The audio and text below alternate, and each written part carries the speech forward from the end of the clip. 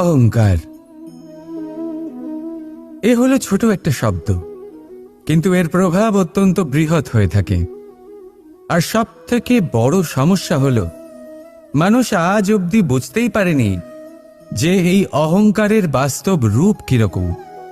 কেউ একে গর্বের নাম দেন, কেউ একে আত্মসম্মানের নাম দিয়ে থাকেন, এবং কোথাও একটা এমন সময় চলে আসে যখন সময় এই অহংকারকে ভেঙে খান খান করে দেয়। আর তখন না গর্ব আপনাকে বাঁচাতে পারে, না আপনার আত্মসম্মান। এখন যদি আপনাকে উদাহরণ দিই, তাহলে যেখানে আপনি বসে আছেন সেই ঘরেই ওপরে তাকান, সেই ছাদের দিকে। যদি এই ছাদ অহংকার করতে থাকে যে দেখো, আমি তো সব থেকে উঁচু জায়গায় আছি, আমার চেয়ে ওপরে আর কেউ নেই, আমি এই ঘরে থাকা সমস্ত ব্যক্তিকে ছায়া প্রদান করি, যদি এই অহংকার এসে যায় তাহলে কি? একবার ভেবে দেখুন, যদি পরের দিন তার উপর আরো একটা তলা বানিয়ে দেওয়া হয় তাহলে কি? এই ছাদ, যার নিজের উঁচু হবার অহংকার ছিল, যে সব থেকে ওপরে ছিল, সে এবার পায়ের তলায় চলে এসছে। এটাই হয়ে থাকে। মনে কখনোই অহংকার পোষণ করবেন না। যদি মনের মধ্যে কিছু রাখতে চান তাহলে প্রেমের ভাব রাখুন, স্নেহ রাখুন।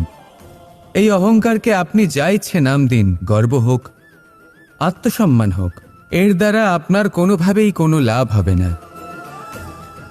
তাহলে এই অহংকারকে ত্যাগ করুন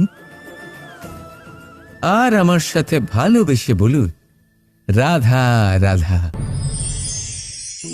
জলরাশির সাথে আমার প্রেম চিরন্তনের।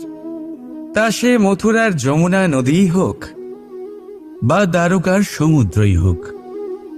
সমুদ্রের ধারে চলতে চলতে যখন সেই কোমল ঢেউ পা ছুঁয়ে যায়, আহা, ক্লান্তি যেন দূর হয়ে যায়। আমাদের মধ্যে একটা শক্তির জন্ম দেয়, মনকে উৎফুল্ল করে তোলে। সেই ঢেউয়ের বিষয় কি আপনারা কখনো ভেবেছেন? এই ঢেউই যখন তটে আসে, ছোট পাথরের সাথে ধাক্কা খেয়ে বিক্ষিপ্ত হয়ে যায়। আর এমন এক সময়ও আসে যখন এই ঢেউই এত ভয়ঙ্কর হয়ে ওঠে যে সবকিছু ধ্বংস করে দেয়, সবকিছু নষ্ট করে দেয়। এর একটা সারমর্ম রয়েছে, একটা অত্যন্ত গুরুত্বপূর্ণ শিক্ষা রয়েছে, যে কখনো কাউকে দুর্বল মনে করবেন না, কখনো না। কারণ এই দুর্বলতা যখন তার প্রকৃত শক্তির রূপ দেখায়, প্রবল বিনাশ সৃষ্টি করে।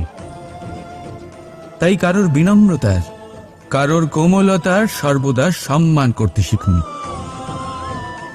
রাধা রাধা।